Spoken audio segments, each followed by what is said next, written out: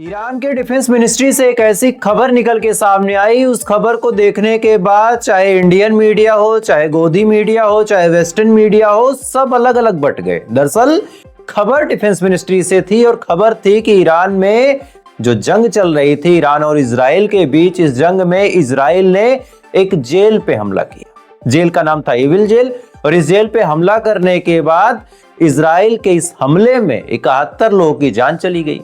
अब यह रिपोर्ट जब निकल के सामने आई तो इसको लेके दो भाग हो गए, यानी आधे लोग इधर और आधे लोग इधर। आधों का कहना था कि चलो इजराइल ने जेल पे हमला किया, हमला करने के बाद 71 लोगों की जान चली गई, लेकिन जो 71 लोग मरे हैं, ये 71 लोग जेल में तो थे, ईरान के गुनहगार थे। तो ऐसे लोगों के मरने पे ईरान को गमजदा होने की क्या जरूरत। और साथ ही कुछ लोगों का कहना था कि भाई चाहे जेल में थे चाहे बाहर थे, मारे गए, उनकी मौत हुई, ये गलत है।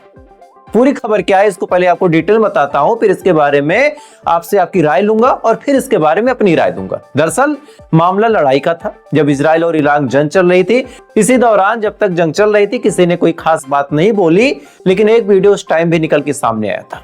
पहला वीडियो रात का था, आप उस वीडियो को देखिए।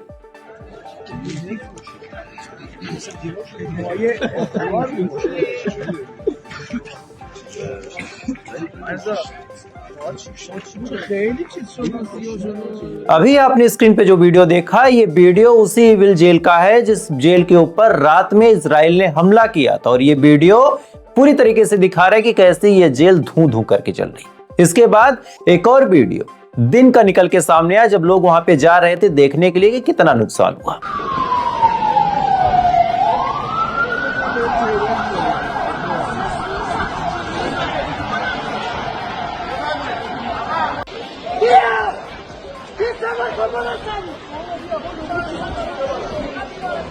अभी आपने जो वीडियो देखा, ये वीडियो दिन का था। इसमें हम देख सकते हैं कि लोग जा रहे हैं जेल के पास नुकसान को कैलकुलेट करने, वो तमाम चीजें। लेकिन चूंकि उस समय जंग के हालात थे, इस वजह से ईरान ने भी कुछ खास खुल के नहीं कहा, इजराइल ने भी कोई खास बड़ा दावा नहीं ठोका। लेकिन चूंकि अब सीज फायर हो गया और एक सम्मानित और संपन्न देश हमेशा अपने नुकसान के बारे में बताता है, ईरान ने भी वही किया। ईरान ने बताया कि जो जेल थी, उस जेल के ऊपर इजराइल ने जो हमला किया था उसमें 71 लोगों की जान गई है। अब इसको लेके दो अलग अलग बात। किसी का कहना है कि भाई मरने वाले तो जेल में ही थे, ईरान के गुनहगार थे। लेकिन उनसे मेरा एक बड़ा सवाल है कि जेल में क्या केवल कैदी ही रहते हैं? क्या जेल में केवल गुनहगार ही रहते हैं?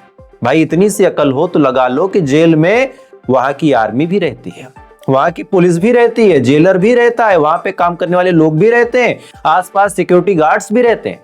उनकी भी जिंदगी कीमती थी। और दूसरी बात, जो लोग ये कह रहे हैं कि भाई उनको क्यों मारा, उनसे भी ये मेरा कहना है कि लड़ाई में जान जाती ही जाती है। खैर 71 लोगों की जान ईरान में गई, इसके बारे में ईरान के डिफेंस मिनिस्ट्री ने खुद खुल के कहा और ये एक देश का सबूत है। एक देश अपने नुकसान को चीख के बताता है कि भाई हाँ, हमें इतना नुकसान हुआ है, हम कोई चोर नहीं है कि अपने नुकसान को छुपाएंगे। खैर नुकसान की बात है तो अब असल नुकसान बताता हूं। आपको एक चार्ट अपनी स्क्रीन पे दिख रहा होगा, इसमें कुछ जेविस में लिखा है, वो आपको समझ में नहीं आएगा। आपके सुलभ संज्ञान के लिए मैं थोड़ा सा इसको सरल भाषा में समझाता हूं। इसमें 2024 से लेके 2025 तक के महीने लिखे हुए हैं। एक जगह आपको 0 दिख रहा होगा, ये महीना है जनवरी का। चूंकि जनवरी में इजराइल और गजा के बीच सीज फायर था। उसके बाद फरवरी देखिए, मार्च देखिए, अप्रैल देखिए, मई देखिए, जून देखिए। इसमें आपको कहीं 2 लिखा होगा, कहीं 3 लिखा होगा, कहीं 6 लिखा होगा। उसके बाद सीधा सीधा 20 लिखा है। ये जो 20 लिखा है, ये जो 3 लिखा है, ये जो 6 लिखा है, इसको डिटेल में समझते हैं।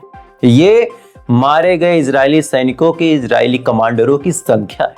जनवरी में 0 मरे जो कि सीज फायर था।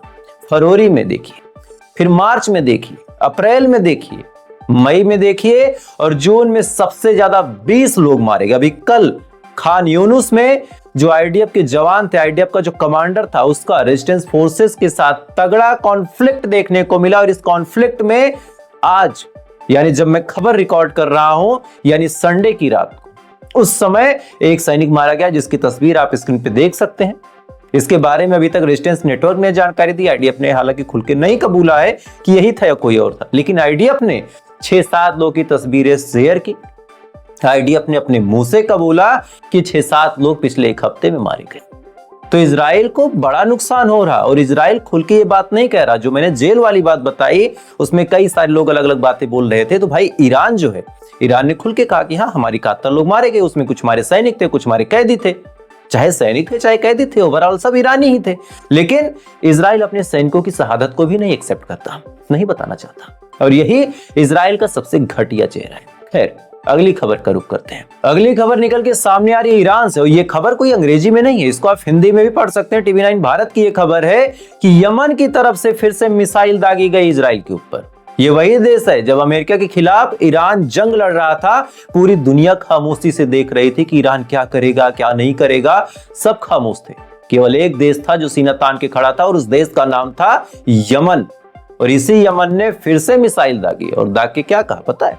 इसने कहा कि भैया सीज फायर ईरान के साथ हुआ है, सीज फायर लेबनान के साथ हुआ है, और हम ईरान लेबनान की बात नहीं कर रहे, हम बात कर रहे हैं गजा की। गजा के साथ अगर जंग चलती रहेगी, गजा में मारकाट होती रहेगी, गजा में बड़े हमले होते रहेंगे, तो यमन की मिसाइलें गिरती रहेंगी। इतना बोलने के बाद यमन ने फिर मिसाइलें दागी, और इस मिसाइल को हालांकि आईडीएफ ने इंटरसेप्ट कर लिया, चूंकि एक सिंगल मिसाइल थी, मल्टीपल मिसाइल नहीं थी। बस ये बताने के लिए था कि हम ईरान की तरह सीज फायर नहीं करके बैठे, हम मारेंगे। और क्यों? इसके पीछे वजह है। दरअसल डोनाल्ड ट्रंप ने अपने बयान में कहा कि 1 हफ्ते के अंदर सीज फायर गजा के अंदर हो जाएगा। और जैसे डोनाल्ड ट्रंप ने ये बात बोली, इसी के जस्ट बाद इजराइल ने बड़े ऑर्डर दिए। इजराइल ने कहा कि गजा को खाली करो। गजा के बड़े बड़े हिस्सों को खाली करने का आदेश इजराइल ने दे दिया, और जैसे ही आदेश दिया, इजराइल ने फिर हमले तेज कर दिए, अलग अलग जगहों पे लोगों को मारना शुरू किया। और जैसे ही पिछले 24 घंटे में तमाम चीजें हुई, यमन ने मिसाइल दागी, यमन ने सीधा चैलेंज दिया और बताया कि हमारी रीढ़ का पानी अभी जिंदा है। ईरान ने सीज फायर कर लिया, ईरान ने समझौता कर लिया, लेबनान ने कर लिया, लेकिन हमने अभी तक कोई सीज फायर, कोई समझौता नहीं किया। इधर समझौते की बात निकल के सामने आए तो एक और न्यूज आपको बताता हूं। हालांकि ये न्यूज किसी वेरीफाइड सोर्स से नहीं है, लेकिन मैंने जितनी बार इसको चेक किया है, हर जगह ये न्यूज चल रही। अलसरा, सीरिया के राष्ट्रपति, वही अल-जुलानी जो बाद में अलसरा बन गए, उनका समझौता आप देखिए कि गोलन हाइट, जिस पहाड़ को लेके इजराइल और सीरिया इतने सालों से लड़ते आ रहे हैं, उस गोलन हाइट को इजराइल को गिफ्ट करने का फैसला अलसरा की सरकार ने लिया है। हालांकि अभी तक रद्दे अमल में बात नहीं आई है, लेकिन उड़ती उड़ती खबर आई है कि अलसरा $900 मिलियन के बदले, पैसे के बदले $900 मिलियन के बदले अलसरा, जो सीरिया की जमीन है, जो गोलन हाइट है, जिस पे इजराइल नाक गड़ा के बैठा है, आंख गड़ा के बैठा है, झंडे गाड़ के बैठा है, उस जमीन को गिफ्ट कर देगा अलसरा इजराइल को। क्यों? क्योंकि $900 बिलियन मिलेंगे, उसके बदले जमीन दे दी जाएगी। उस $900 बिलियन का यूज ये होगा कि जो कर्जे हैं वो कर्जे चुका दिए जाएंगे, जो थोड़ी बहुत सड़कें वगैरह टूटी उसको रिपेयर कर दिया जाएगा, यानी इज्जत बेच के रोटी खरीदी जाएगी।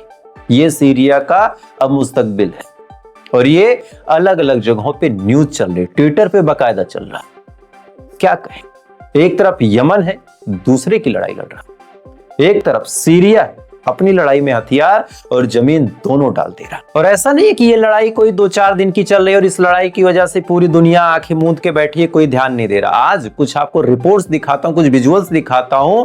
ऑस्ट्रेलिया की सिडनी में हजारों की तादाद में लोग फिलिस्तीन के पक्ष में झंडा उठा के खड़े हो गए। सड़कों पे बकायदा ये लोग फ्री फिलिस्तीन के नारे लगा रहे हैं। आप इनके हाथों में झंडे देख सकते हैं।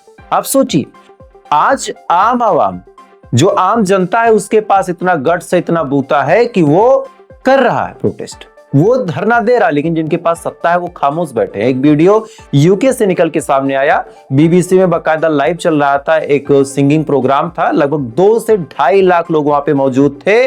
वहां पे जो सिंगर था उसने माइक पे कहा फ्री फिलिस्तीन, पीछे से 2.5 लाख लोगों ने कहा फ्री फिलिस्तीन, फ्री फिलिस्तीन, और एक इजराइल को गाली भी दी, उसको मैं आपको नहीं दिखा सकता।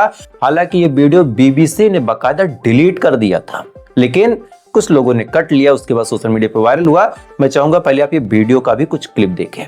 Free, free, free, free, free, free. Alright, but have you heard this one though? Death, death to the IDF, death, death to the IDF, death, death to the IDF, death, death to the IDF,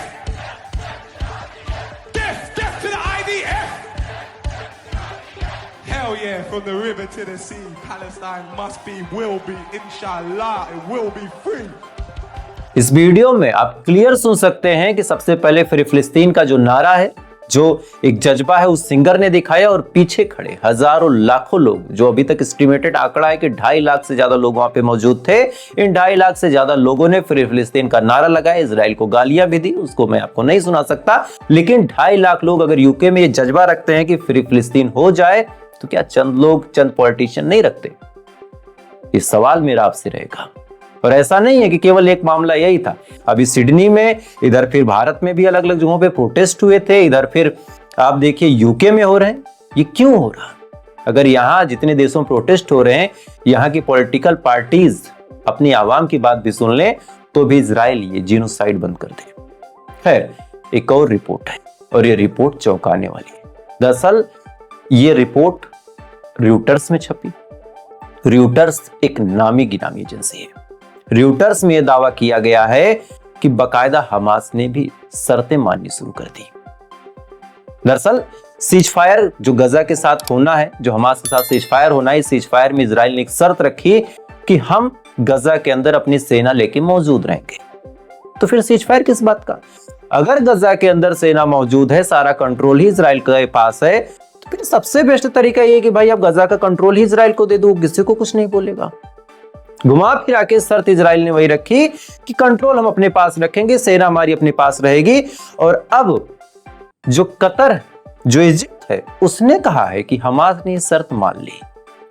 अब Hamas ने शर्त क्यों मान ली? सच में मान ली या फिर Qatar और इजिप्ट का ये प्रोपोगंडा है? ये तो ऊपर वाला जाने, या तो वक्त बताएगा। लेकिन अभी तक हमास ने भी इस पे कुछ क्लेरिफिकेशन नहीं दिया। हमास ने ये नहीं कहा कि हमने शर्तें नहीं मानी। तो अगर ऐसा सच में है, अगर इजराइल की आर्मी, आईडीएफ जो है वो गजा के अंदर प्रेजेंट रहेगी, तो फिर सीजफायर क्या? आप सीधा गजा का कंट्रोल दे दो, वो भी खुश, ये भी खुश। वहीं अरब नेटवर्क अल अरबिया, एक न्यूज एजेंसी, इसने बड़ा दावा किया। अल अरबिया का दावा है कि ईरान के ऊपर सेकंड फेज अटैक की तैयारी इजराइल कर रहा है। और ऐसा नहीं है कि ये केवल एक साइड की न्यूज है। ईरान के अंदर भी लगातार बंकर बनाए जा रहे हैं, ईरान के अंदर भी लगातार तैयारियां हो रही है, वहां के डिफेंस सेक्टर को एक्टिव किया जा रहा है। वहां पे सबसे ज्यादा अगर किसी चीज पे काम किया जा रहा तो न्यूक्लियर नहीं है, हथियार नहीं है। इस बार सबसे तगड़ा काम डिफेंस पे किया जा रहा है, ऑफेंस पे नहीं। ऑफेंस का मतलब होता है हमला करना, डिफेंस का मतलब होता है बचाव करना। इस बार सबसे बड़ी तैयारी अगर किसी चीज पे की जा रही है, तो वो ऑफेंस पे ना होके डिफेंस पे बंकर बनाए जा रहे हैं, घर बनाए जा रहे हैं, बख्तरबंद, भूकंप प्रूफ, यानी कुछ भी बड़ा हमला हो तो ईरान उससे सरवाइव कर ले। और ये जितनी खबरें मैंने आपको बताई, ये तमाम खबरें पिछले 24 घंटे की, यानी संडे से लेके मंडे के दरमियान जो कुछ हुआ, वो तमाम खबरें मैंने आपको बताई। इतनी मेजर अपडेट मिडिल ईस्ट में चल रही है और लगातार खबरें आ रही है। तो प्रयास करता हूं कि खबर बिना किसी पक्षपात के, देखिए बहुत सारे ऐसे लोग हैं जो इजराइल का ही पक्ष लेंगे, बहुत सारे ऐसे हैं जो ईरान का ही साइड बताएंगे। ईरान में कितना भी नुकसान हो जाए वो नहीं बताना चाहते आपको। ऐसे न्यूज नहीं होती। न्यूज किसी का भी नुकसान हो, किसी ने क्या कहा, किसकी कितनी कमी है, सब कुछ बताना चाहिए। फैसला तो जनता करेगी। है तो आज की ये बड़ी खबरें थी। इन खबरों के बारे में आपकी क्या राय, कमेंट कीजिएगा। ऐसे अपडेट के लिए फॉलो करके रखिए ताकि जल्द मुलाकात हो किसी दूसरी वीडियो में। अच्छे रहिए, खुश रहिए, ऊपर वाला हिफाजत करे।